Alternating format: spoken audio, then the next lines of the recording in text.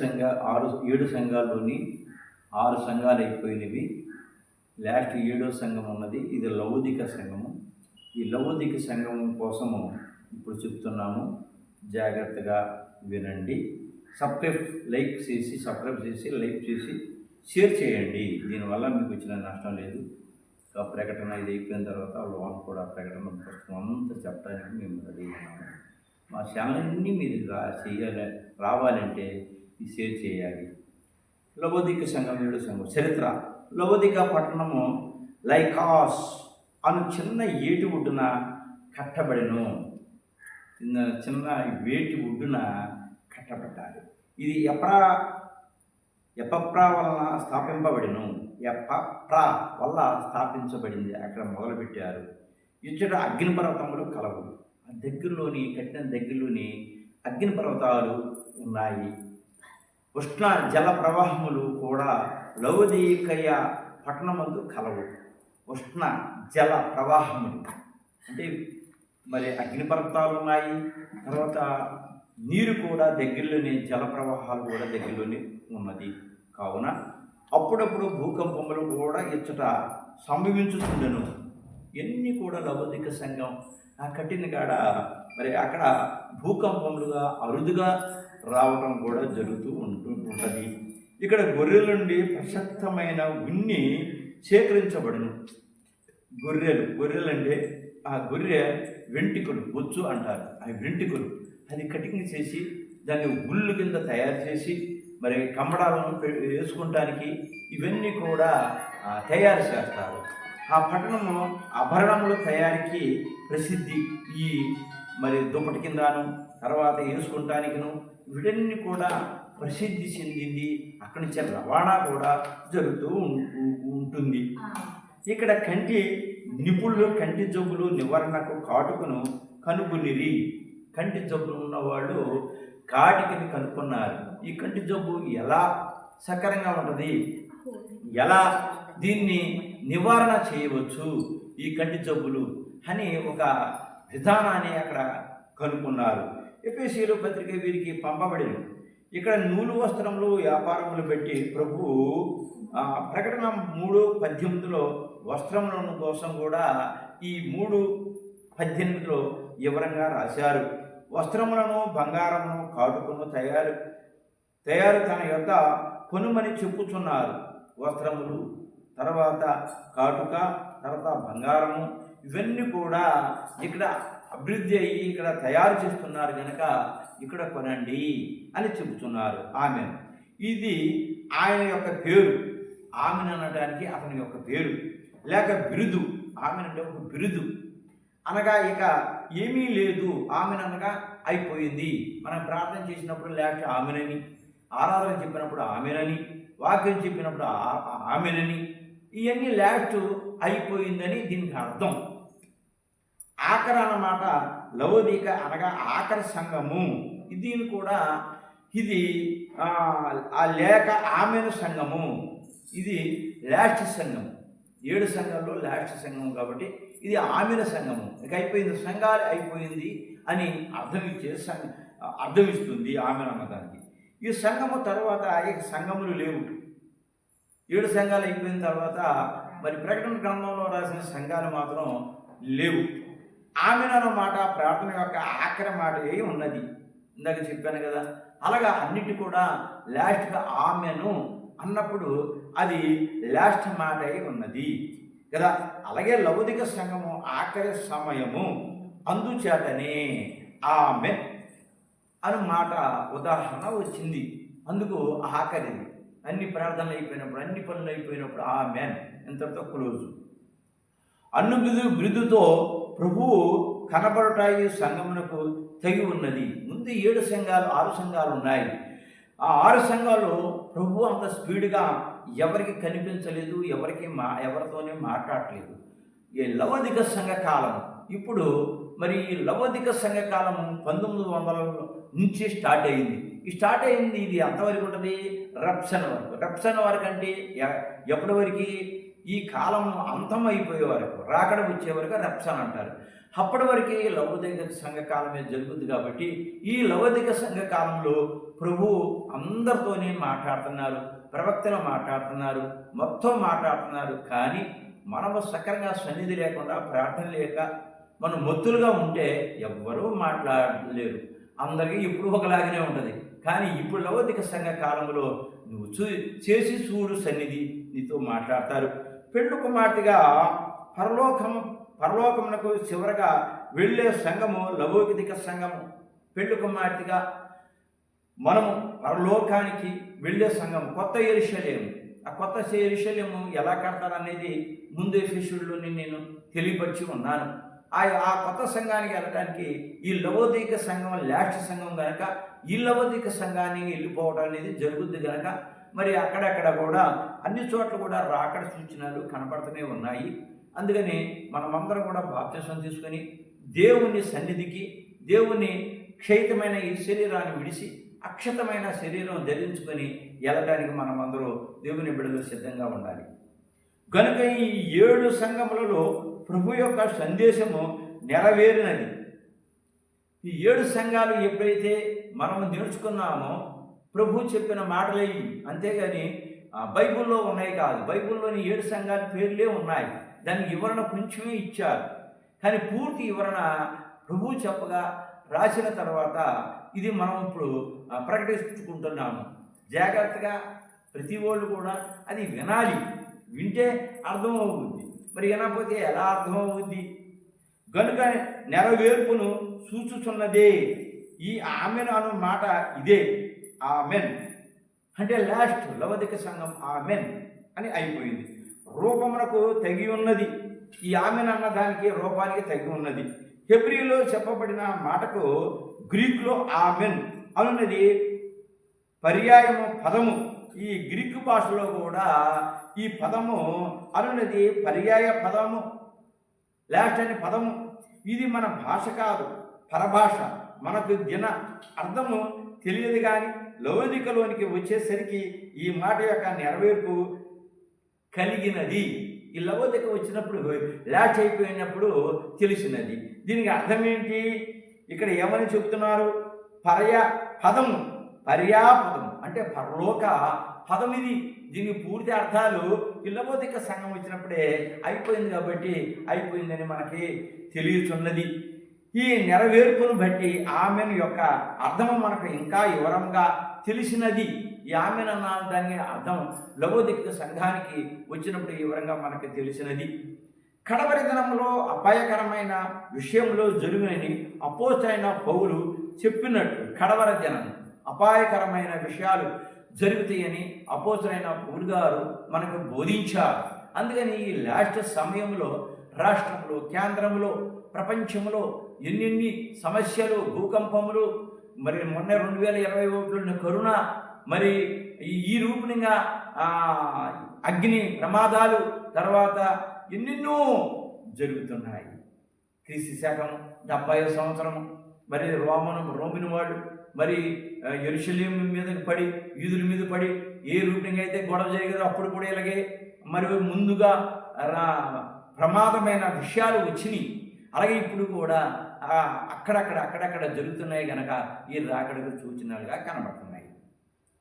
లౌకిక సంఘంలో దౌర్జన్యం ఎక్కువగానే ఉన్నది, భక్తి ఎక్కువగానే ఉన్నది. దౌర్జన్యం ఎక్కువ ఉన్నది, భక్తి ఎక్కువ ఉన్నది. దౌర్జన్యం ఉన్న తర్వాత భక్తి నాకు ఉపయోగం ఉంది. భక్తి ఉండాలి కానీ దౌర్జన్యం ఉండకూడదు. దౌర్జన్యం అంటే అహంకారం. అహంకారం మనకి ఎప్పుడైతే కలిగిందో అప్పుడు మనం ఏమైపోతామంటే నలిగిపోతాము. పెళ్లి కుమార్తె ఎత్తబడినప్పుడు వారు తమ బ్రతుకు అంతటికి ఆమెనని చెప్పుదురు. అప్పుడు పెళ్లి కుమార్తె ఎప్పుడైతే ఈ లోకము నుంచి ఎత్తబడతారో అప్పుడు ఆమెనని చెప్పవచ్చు. ఈ పెళ్లి కుమార్తె ఎత్తబడే కాలము ఇదే కాలము. దీనికి ముందే ఎపిసోడ్లో కూడా నేను చెప్పి ఉన్నాను. మరి ప్రతి దాంట్లో చెప్తే మనకు సమయం సాలదు కనుక అవన్నీ చూస్తే మీకు కరెక్ట్గా అర్థమవుతుంది.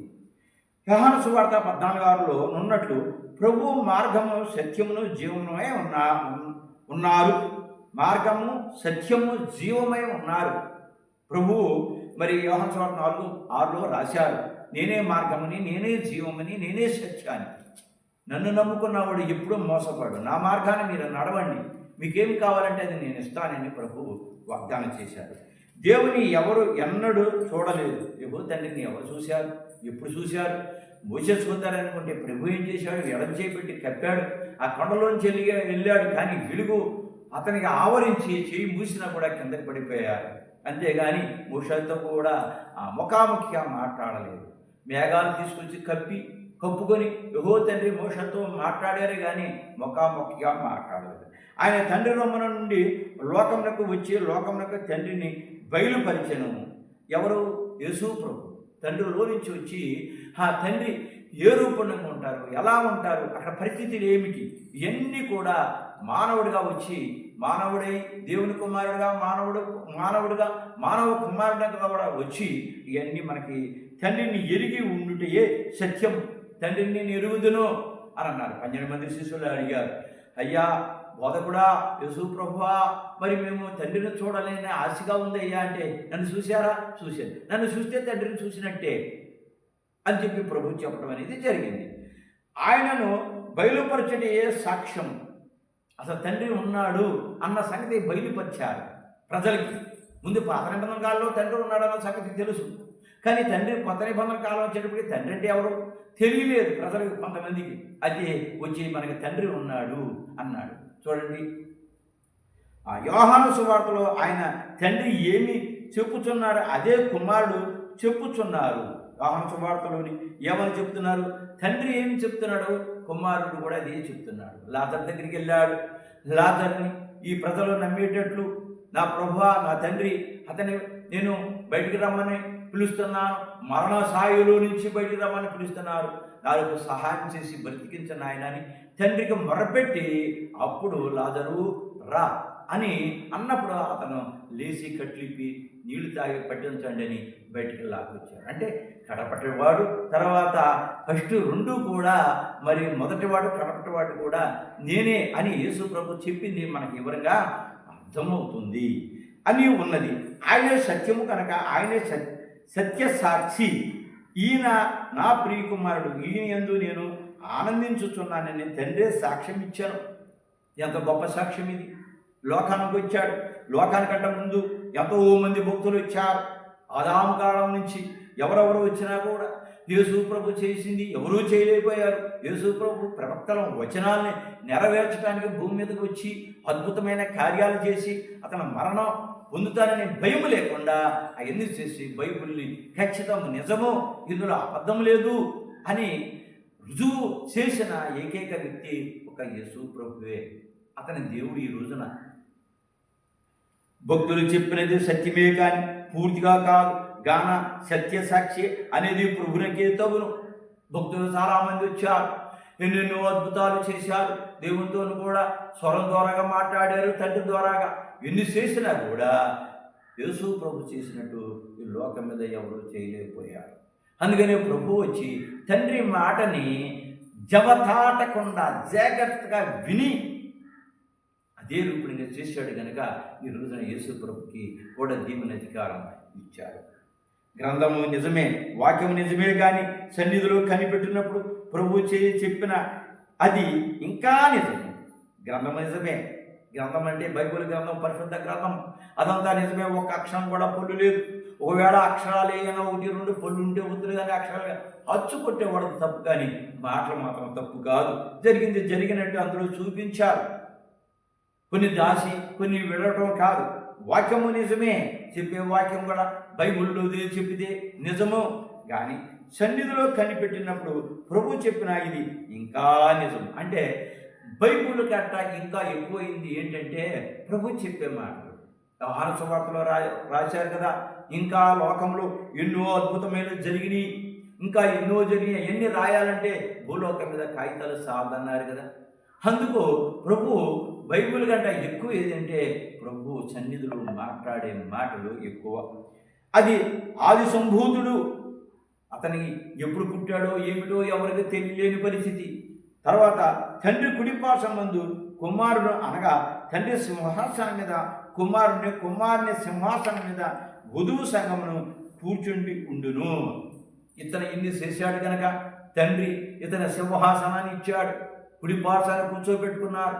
కుడిపార్శ్వాన్ని కూర్చోబెట్టుకున్న కుమారుడా, ఎన్ని శ్రమలు పడ్డావు, ఎన్ని బాధలు పడ్డావు, నీ రక్తాన్ని చిందించి వధువు సంఘాన్ని కొనుక్కొని ఇక్కడ వచ్చావు, సాతానికి రక్తాన్ని సింధించావు, అయితే నువ్వు సింహాసనం మీద రా అని సింహాసనం మీద కూర్చున్నప్పుడు యేసు ప్రభు మనల్ని మర్చిపోకుండా వధువు సంఘానికి భూమి మీద వచ్చినప్పుడు నేను సిద్ధం చేసుకున్నాను కదా, మీరు కూడా నా దగ్గరికి రండి, తండ్రి నన్ను ఎలాగా స్వీకరించారో మిమ్మల్ని నేను అలాగా స్వీకరిస్తున్నాను, నా కుడి పార్శ్వాన్ని కూర్చోండి అని ప్రభు కూడా మనల్ని కోరుకుంటున్నారు. ప్రకటనలోని 3:21లో జయించుమని నాతో కూడా సింహాసనం మీద కూర్చుండినిద్దని ఉన్నది. సింహాసనం నాతో పాటు కూర్చోబెడతాను అని దేవుడు చెప్పిన మాట నిరవారకమైంది, నిజమైంది. తప్పు. ప్రకటన 3:11 అపోస్తులుడైన పౌలు 11 తిమోతి 3:1లో 2 తిమోతి 3:1లో చెప్పినట్లు అత్యజనములను అపాయకరమైన కాలం వచ్చునని తెలియచున్నది. అపాయకాలంలోనే వచ్చునని తెలిసిన అత్యజనములు, ఇవన్నీ కూడా అపాయకాలములు. ఎక్కడ చూసినా దేవుడి కాడని రకరకాలుగా నిజమైన దేవుడిని మరిసిపోయి ఏరేగా ఉన్నారు. అందరూ అంటారు దేవుడు ఒక్కడే అంటారు. ఆ దేవుడు ఎవరంటే మళ్ళీ 330 కోట్ల మంది అంటారు. ఇలా రకరకాలుగా అంటున్నారు. ప్రజలారా, దేవుణ్ణి తెలుసుకోండి, అందుకని నిజమైన దేవుణ్ణి తెలుసుకోండి. 1 స్వార్థ ప్రియులు. ఇందులోని మరి ఏ వార్తామానం ఉందో క్రైస్తవుల్లోని ఇవన్నీ కూడా ఇక్కడ రాయబడింది ప్రభు చెప్పిన మాటలు. 2 ధనాపేక్షలు, స్వార్థపు. ఒకళ్ళు బాగుపడుతున్నారు, మేము బాగుపడతలేదే, వాళ్ళు సంపాదించుకుంటున్నారు, మేము సంపాదించుకోవట్లేదే, ఇది స్వార్థం పనులు. 2 ధనాపేక్షలు, సంపాదించాలి. పొద్దు నుంచి సాయంత్రం దాకా మనం ఎంత సంపాదించాము, ఎన్ని సంపాదించాము, ఇంకెంత సంపాదించాలా అని ధనాపేక్ష ఉన్నవాళ్ళు. 3 బింకములాడువారు, అన్యాయంగా గొడవలు, తగులు, ఏదో కల్పించుకొని గొడవలు పెట్టుకుంటాం. 4 అహంకారులు, నాకేమిట్లే, నాకు అన్నీ ఉన్నాయి, నన్ను ఏదీ చేయదు. ఒక జబ్బు వచ్చిందంటే డబ్బు కూడా పనిచేయదు. దేవుడు పరీక్ష పెట్టాడంటే ప్రజలారా నా మాటేనండి, కరుణ వచ్చింది. మినిస్టర్లు, పెద్దవాళ్ళు ఏమయ్యా, డబ్బుండి కూడా బ్రతకలేని స్థితిలో మిగిలిపోయారు. అందుకని అహంకారాలు వద్దు మనకి. 5 దోషకులు, తల్లిదండ్రులకు అవిధేయులు, అధేయులు. ఈ రోజున టీవీలో చూస్తుంటే తల్లిదండ్రులను చంపేయటం, ఆస్తుల కోసం బంధువులు చంపేయటం, అన్నదమ్ములను చంపేయటం, రకరకాలుగా చంపుతున్నారు ఆస్తుల కోసం. అది మీకు శాశ్వతం అవ్వదు. రేపు పొద్దున్న నీ పరిస్థితి ఏంటి? ఒక్కసారి ఆలోచించుకొని ఆ కుట్ర కుతంత్రాలు మనం మానేయాలి. ప్రభు కొట్టినవాడిని, తిట్టినవాడు, వీళ్ళు ఏం చేస్తున్నారు, వీళ్ళు తెలివి తండ్రి క్షమించమని అడిగారు. ఆ గుణం మనకు కలిగి ఉండాలి. 7 కృతజ్ఞత లేనివారు. ఏది ప్రభు చేసినా, ఏది పక్క సహాయం అందినా కూడా ఏం చేశాడులే అని అనుకుంటాం. కాదు, కృతజ్ఞత మనకి చేశారా లేదా అన్న ఆనందం నీకు మిగిలి ఉండాలి. 8 అపవిత్రులు, పనికిరాని వాడు, అపవిత్రులు, ఎన్ని చేసినా కూడా నాకు చేయలేదు అనేవాడు. 9 అనురాగ రహితులు, ఏది చేసినా కూడా చేయలేదని చెప్పడం, తర్వాత వాళ్ళ మీద తిరగబడటం, గందరగోళం చేయటం, గాలిబిడ్డి చేయటం. ఒక్కొక్క అక్షరానికి చెప్పాలంటే చాలా సమయం పడుతుంది. మరి ఇందులో అన్ని వివరాలు చెప్పాలంటే మరి కుదరదు కాబట్టి షార్ట్ కట్లో చెప్తున్నాను, దయచేసి అర్థం చేసుకోగలరు. 10 అతి ద్వేషులు, ద్వేషములు, కోపాలు, రగిలిపోవటం, అయ్యో నా కడుపులో పెట్టుకున్నాను, నీ సంగతి సమయం వచ్చినప్పుడు చెప్తానంటాం, ఇది అతి ద్వేషులు. 11 అపవాదులు, పనికిరాని వాడు, దేవుని నమ్మకుండానే నేను నమ్మాను, దేవుడు నా పక్షానే ఏమన్నాడు, నాకు భయం లేదు అనేవాడు. నీ ప్రార్థన సరిపోతుందా? నీ వాక్యం ఎలా చెప్తున్నావు? వాక్యం చెప్పిన రీతిగా నువ్వు ఉంటున్నావా? నేను చెప్తున్నావనే అహంకారం మనకు ఉంటే ఆ అహంకారాన్ని దేవుడు తీసేస్తాడు. మన వాక్యం ఎన్ని చెప్పినా కూడా మనలోని ఇంకా పొరపాటు ఉన్నాయేమో ప్రభు క్షమించమని నువ్వు అడగలిగితే నీ దేవుడు పూర్తి దీవెనను పొందుతావు. 12 అజితేంద్రియులు, వీడు తెలియపోయినా తెలుసు అనే యాక్షన్ చేసేవాడు, నాటకం ఆడేవాడు, శరీర రెచ్చలను జయించలేని వారు. ఈ శరీర రెచ్చలు జయించలేని వారు. శరీర రెచ్చలంటే పాపము, దోషము, ఇవన్నీ కూడా ఈ తప్పుని తెలుసుండి కూడా పొరపాటులో పడిపోతున్నారే కానీ ఇది మంచిది కాదని జయించలేని స్థితిలో ఆత్మ చెప్పినట్టు కాకుండా శరీర రీతిలో పడిపోయి తప్పులు చేసేవాళ్ళు. 13 క్రూరులు, వీళ్ళకి దయాదాక్షిణ్యం ఉండదు. సాతాను కూడా ఒక క్రూరుడే. దయాదాక్షిణ ఉండదు, ప్రేమ ఉండదు, జాలి ఉండదు, ఏముండదు. తల్లి అయినా భార్య అయినా అందరిని కూడా ఒకే చూస్తూ ఉంటాడు. 14 సజ్జన ద్వేషులు. ఇది కూడా మరి క్రూరత్వంతో ఒక భాగమే. సజ్జన ద్వేషులు. ఎక్కడ ఏది సంపాదించుకుందాము, ఎవరిని చంపుదాము, ఎవరిని నరుగుదాము, ధనాన్ని సంపాదించుటే క్షేమని అనుకుంటారు. 15 ద్రోహులు. ఈ ద్రోహము, ఒకళ్ళ ద్రోహము, ఒకళ్ళ పొలాన్ని ఏదో 10,000 ఇచ్చి దానికి 10 రూపాయలు వడ్డీ కట్టి 2 సంవత్సరాల మానైతే వచ్చేద్దని చెప్పేసి ఇల్లు వచ్చేద్దని, బంగారం వచ్చేద్దని కుట్ర కుతంత్రాలతో నిండిపోయిన వాళ్ళు ద్రోహులు. 16 మూర్ఖులు. ఎంత చెప్పినా ఎవరు చెప్పినా నమ్మడం. నేను చెప్పేదే నిజం, నేను చెప్పేదే కరెక్టు. అంతేగాని ఇప్పుడు చూడండి, మరి సంఘంలో కూడా గలిబిల్లు మూర్ఖులు ఉంటారు కొంతమంది. నేను చెప్పిందే కరెక్ట్, నేను చెప్పిందే వినాలి, నువ్వు చెప్పింది నేను ఎందుకు వినాలి అన్న భావం కలిగిన వాళ్ళు. 17 గర్వాంధుకులు. గర్వము పెరిగిపోయింది. నాకు ఏమున్నా పర్లేదు, నా బూడంత ఉంది, నేనేమైనా చేయగలను, చేస్తాను అన్న ధీమం. 18 దేవుని కంటే సమాన భావము ఎక్కువగా ప్రేమించువారు. నేను దేవుడితో సమానం. నువ్వు దేవుడితో సమానమా? ఎలా సమానం అవుతావు అంటే నీకు అన్నీ ఉన్నాయా? వాక్యం ఉంది, పాటలు ఉన్నాయి, సన్నిధి ఉంది, అన్నీ ఉన్నాయి. ఎన్ని ఉన్నా దేవుడితో సమానం మనం చేసుకుంటాం. అదే కదా సాతాను చేసింది, లూసిఫర్ చేసింది. ఏమన్నాడు? నీకు అన్నీ ఉన్నాయి కనుక నీతో నేను సమానమే అని ఒక ప్లాన్ వేసుకున్నాడు. ప్లాన్ వేసుకుని అది ఆలోచించి తెలుసుకున్నప్పుడు కిందకి తోయబడ్డాడు. ఈ రోజున సాతాను రెచ్చిపోతున్నాడు, నాదే ప్రపంచమని. కానీ ఒక సమయం ఉంది. ఆ సమయం సమయం అయిపోయిన తర్వాత 7 ఏళ్ళు శ్రమలు అయిపోయిన తర్వాత అతను ఎక్కడికి వెళ్తాడు? అంతక్రీస్తు అబద్ధ ప్రవక్త అగ్నిగుండంలోని సాతాను ఆ పాతాళంలోని బంధించబడతాడు. 19 పైకి భక్తి గలవారుగా ఉండి దాని శక్తిని ఆశ్రయించిన వారు నైకుందురు. పైకి భక్తి గలవారు. నేను ప్రార్థన చేస్తున్నాను, తర్వాత నేను వాక్యం చెప్తున్నాను, లేకుంటే సంఘంలో ఉన్నవాడు ఆదివారం గుడికి వెళ్తున్నాను, శుక్రవారం గుడికి వెళ్తున్నాను, దర్శన భాగాలు ఇచ్చుకుంటున్నాను, నాకేమిటిలే అని నువ్వు అనుకోని ఎడతెగక ప్రార్థన చేయకపోతే ఇబ్బంది పడాల్సిన అవసరం వస్తుంది. ఇటువంటి స్థితి కలిగిన వారి దౌర్భాగ్య స్థితి నేటి సంఘాలు వారిలో కూడా ఉన్నది. ఈ ధనవంతుడు లోకంలో ధనాన్ని సంపాదించుకున్నారు, ఆస్తిని సంపాదించుకున్నారు, అంతస్తును సంపాదించుకున్నాను, అన్ని హోదాలు, గుళ్ళు, మందిరాలు అన్నీ ఉన్నాయి. నేను ధనవంతుడు అంటున్నావు. నువ్వు ధనవంతుడు అని ఎప్పుడైతే గర్వంతో ఉన్నావో నువ్వు దరిద్రుడివే అంటుంది బైబిల్. నేనంటాం కాదు, దరిద్రుడివి, పనికిరాని వాడివి అని బైబిల్ చెప్తుంది. దేవుని బిడ్డలారా, జాగ్రత్తగా మన గర్వాన్ని మనం అణుచుకొని దేవుని యందు తాను తగ్గించుకున్నవాడు ధన్యుడు, తాను హెచ్చించుకున్నవాడు ధన్యుడు కాదు అని చెప్పి బైబిల్ చెప్తుంది. అందుకని మనం తగ్గించుకొని నడవడం అనేది చాలా మంచిది. దిక్కుమాలిన వాడు, ఎందుకంటే గర్వం పెరిగినప్పుడు నువ్వు దిక్కుమాలినాడు, దిక్కై ఉన్న దేవుని విడిచిపెట్టి లౌకికమైన వాటి వేపే చూచుచూ అసలైన దేవుని వదిలేసావు. ఎందుకని అన్నీ ఉన్నాయి కనుక.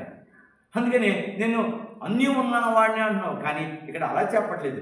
దిక్కై ఉన్న దేవుని విడిచిపెట్టి లౌకికమైన వాటిని వైపే చూస్తున్నావు. లౌక్యము ఏంటి? ఈ భూలోకమే లౌక్యము. ఇది నువ్వు ఎంతకాలం బ్రతకాలవు? దావీదు మహారాజు రాశాడు కదా అందులోని కీర్తనలోని, ఎంతకాలం బాగా బ్రతికితే 60 లాగా 70 లాగా 80, అంత కూడా అతి మిచ్చినదే 80. ఈ రూపునిగా నువ్వు బ్రతకాలవు. కానీ ఆత్మ తరతరాలు దానికి మరణమే లేదు. అది ఒక్కసారి ఆలోచించాలి. వాటిని ఆశించి ఉన్నందున ఈ సంఘమును ప్రభు దిక్కుమాలిన వాడవని అనిరి. ఏ సంఘము? లౌకిక సంఘములో ఇవన్నీ ఆశించితే మాత్రం నువ్వు దిక్కులేని వాడివే అని మాత్రం ఖచ్చితంగా చెప్తుంది. దిక్కులేని వాడను ప్రభు నీ అండ చేరి మృక్కి సేవింతును ప్రభు, మృక్కి వినవించు మారి అక్కరలను తీర్చు సత్యగ్రక్కున నిడి యాదరించి మొక్కువై దేవయన తనయా. దిక్కులేని వాడను ప్రభు నీ అండ చేరి మృక్కి చేర్చుతును ప్రభు, ఘోర పాపము భారము నెలను మోయుచు నలయవారులారా రెండంటుంచును, భురితయమును పిలిచి ఉన్న సారవాకులెరుక గదిక భారముంది తుదిని మీ చేరితి నన్న ధరించుమో. దిక్కులేని వాడను ప్రభు, నీ అండ చేరి మృక్కి చేతును ప్రభు. దేవునికి స్తోత్రం, దేవునికి మహిమ కలుగును గాక. బలము లేని వాడను ప్రభు, కేవలము పాపమును చేసి ఎలిచి తిని ప్రభు. ఇలను నేనోచునట్టి కలుషజాలములను నీవు తొలగజేసి ఆత్మకది బలమును సిగి మనవులయ్యా. దిగులేని వాడను ప్రభు, నీ అండ చేరి మృక్కి సేవింతును ప్రభు. దరిద్రుడవు, ఇవన్నీ ఉన్నా కూడా నువ్వు దరిద్రుడవు. ఈ లౌకిక సంఘ కాలములో ఇహలోక ధనము సమృద్ధిగానే ఉన్నది. ఈ లోకంలో ధనము సమృద్ధిగా ఉన్నది. ఉదాహరణ, ఈ కాలంలో ఉద్యోగములు, నివాసములు, జీతములు, ఖరీదైన ఈ విలాసములు మహా వైభవముగా ఉన్నది. కానీ దేవుని సన్నిధిలో నుండి పరలోక సంబంధమైన ధనము స్థితిని సంపాదించుకొనలేనందున నువ్వు దరిద్రుడవు అని ప్రభువు పలుకుచున్నాడు. లౌకిక సంఘ కాలంలో, ఈ కాలంలో ఉద్యోగాలు, మంచి మంచి ఉద్యోగాలు, అందులో పలుకుబడి, నివాసము, జీవితాలు, నివాసములు అంటే ఇళ్ళు, జీవితము, మంచి మంచి భవంతులు, ఖరీదైన విలాసములు, మంచి మంచి ఇళ్ళు కట్టుకుని అందులో విలాసం చేసుకుంటా, ఇంకా స్విమ్మింగ్ పూల్, ఇవన్నీ లేని రకరకాలైన వాతావరణం మహావైభవంగా నున్నవి. కానీ ఈ మహావైభవంగా కట్టుకుంటున్నారు. మరి పేర్లు చెప్పాలంటే సమయం అయిపోద్ది కాబట్టి అన్నీ తెలుసు. అలాగే బోళ్ళని కోట్లు పెట్టి కట్టించుకున్న వాళ్ళు ఉన్నారు. దేవుని సన్నిధిలో నుండి పరలోక సంబంధమైన ధనం, దేవుని సన్నిధిలో పరలోక ధనము ఎంతవరకు నువ్వు సంపాదించుకోగలిగావు? పరలోకంలో ఉన్న తర్వాత భూలోకం మీద ఈ రెండు కూడా మనకి అబ్రహాము ధనవంతుడు ఉదాహరణ మనం తీసుకుంటే, ధనవంతుడు నారబట్ట కట్టుకున్నవాడు అగ్నిలో కాలిపోతూ ఉన్నాడు, ధనవంతుడు కాలిపోతున్నాడు. అబ్రాహామున్న లాజరు, మరి ఈ ధనవంతుడు కుక్కకు పడిన బిస్కెట్లు తిని అతను అబ్రాహాము భుజం మీద కూర్చొని ఉన్నప్పుడు అతనికి మంచి సింహాసనం పరలోకం దొరికింది. ఈ ధనవంతుడు లోకం మీద ఉన్న ధనవంతుడు అగ్నిలో కాలిపోతూ ఉన్నాడు. ధనము స్థితిని సంపాదించుకొన లేనందున నువ్వు దరిద్రుడవు. మంచి స్థితి నువ్వు సంపాదించుకోలేదు కనుక నువ్వు దరిద్రుడివే, ధనవంతుడు అని అనుకుంటున్నావేమో అని ప్రభు పలుకుతున్నారు. అని నేను పలకడం కాదు, ప్రభు ఇక్కడ పలుకుతున్నారు. నీకు ఎన్ని ఉన్నా కూడా దరిద్రుడివే. కానీ ప్రస్తుత కాల సంఘం మేము ధనవంతులము, ధనవృద్ధి చేసుకున్నాము. ప్రస్తుత సంఘం ఏమంటున్నారు? సంఘం మేము ధనవంతులము, అన్నీ ఉన్నాయి, ధన వృద్ధి చేసుకున్నాము. బోళవుతుంది, మాకేంటి, మాకు తరగలేనంత ధనాన్ని తయారు చేసుకున్నాము, మాకేమీ కొదువ లేదని చెప్పుకొంటున్నారు. మాకేం కొదవలేదు, మాకేం భయం లేదు. నీ ధనం ఏం చేస్తుంది? మన కరుణ వచ్చింది. కరుణ వచ్చినప్పుడు ఈ ధనం అడ్డు వచ్చిందా? ఆస్తి అడ్డు వచ్చిందా? డాక్టర్లు ఏమన్నా చేయగలిగారా? ఆలోచించండి. అనగా వారికి కలిగిన బడులు, గుడులు, విద్యా ఉద్యోగములు, బడులు, గుడులు, విద్యా ఉద్యోగములు, ఘనత, వీటిని పెట్టి మేము ధనవంతులం అనుకుంటున్నారు. ఇవన్నీ ఉన్నాయి కదా, మేము మంచి ధనవంతులని అనుకుంటున్నారు. ఆత్మీయ విషయములు దరిద్రత పోయి భాగ్యవంతులు కావాలని ఎడల క్రీస్తు ప్రభు సన్నిధికి రావలను. ఇవన్నీ కూడా ఒక పక్కన పెట్టి క్రీస్తు సన్నిధికి నువ్వు వస్తే ఈ ఉన్నాయన్నీ కూడా నీకు ఉపయోగపడుతుంది. అప్పుడు నువ్వు ధనవంతుడివి. పరలోకంలో నీ ధనము అభివృద్ధి అవుతుంది. అది మాత్రం గుర్తుపెట్టుకోవాలి. అప్పుడు ప్రభువును గూర్చిన రక్షణ పత్రికలు వెదజల్లి కోట్ల రూపాయలు సంపాదించి దేవుని వాక్య విషయంలోనూ కోట్ల రూపాయలు వెదజల్లి దేవుని వాక్య విషయంలో, పరలోక భాగ్య విషయంలో భిక్షకులైన వారిని, అనగా ఆత్మీయ సంబంధంగా దరిద్రైన వారిని పోషించెదరు. నువ్వు ఈ లోకంలో దరిద్రత పోగొట్టడం కాదు, నీలో ఉన్న ముందు దరిద్రాన్ని పోగొట్టుకో.